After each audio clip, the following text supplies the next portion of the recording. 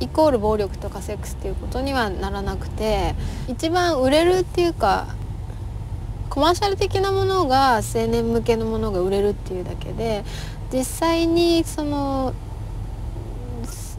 ジャンルはすごくたくさんあってね、大人向けのものとか主婦向けのものとか小さい子向けとか、女の子向けとか、その働いてる女性向けとか細かく分けていくとものすごくたくさんあって、あんまりその限定されてるわけじゃないんだけど、多分青年誌が一番マーケットが広いからそういうことになるんだと思う。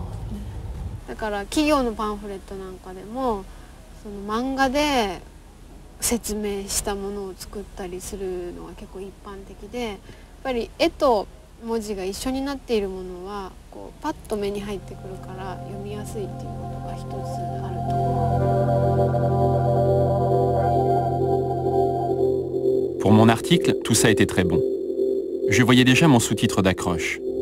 Les mangas ne sont pas ce que l'on croit. Une culture sous-estimée en Europe. En pleine nuit, assis sur le trottoir, je continuais de prendre des notes pendant que Kan me livrait de nouvelles informations. Elle commença par me resituer le Japon dans son contexte historique.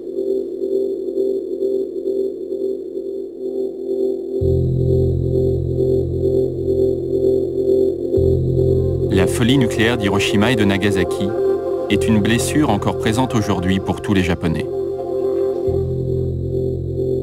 À l'époque, le chaos fut total, d'une violence physique et morale difficile à décrire.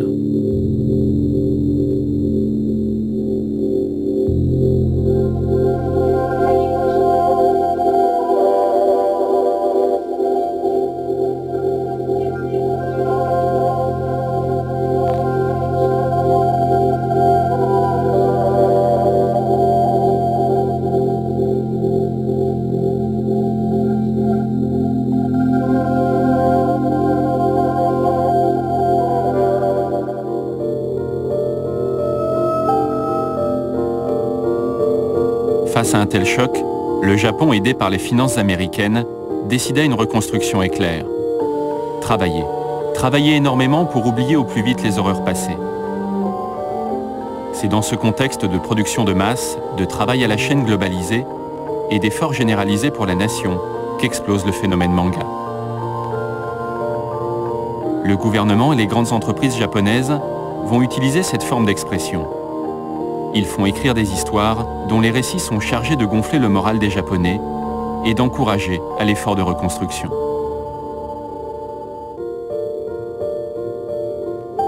Ces bandes dessinées collent parfaitement à l'époque.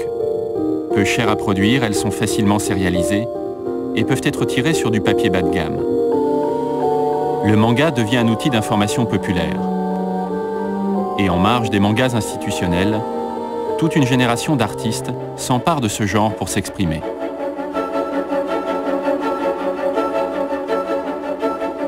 Son chef de file est Osamu Tezuka, le plus illustre mangaka de toute l'histoire nippone. Ses personnages comme Astro Boy sont bien plus célèbres au Japon que Tintin en Europe. Lors de son décès en 1989, une journée de deuil national a été décrétée.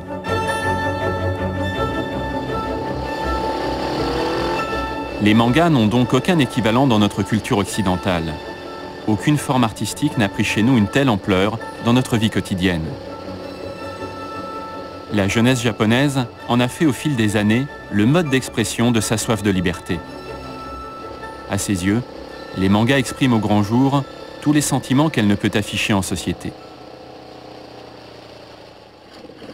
Après ce rapide voyage dans l'histoire du manga, Kan est passé me prendre le lendemain matin pour aller chez Yoshihiro Tatsumi, l'un des plus anciens mangaka. Il a commencé sa carrière au début de l'avènement du manga.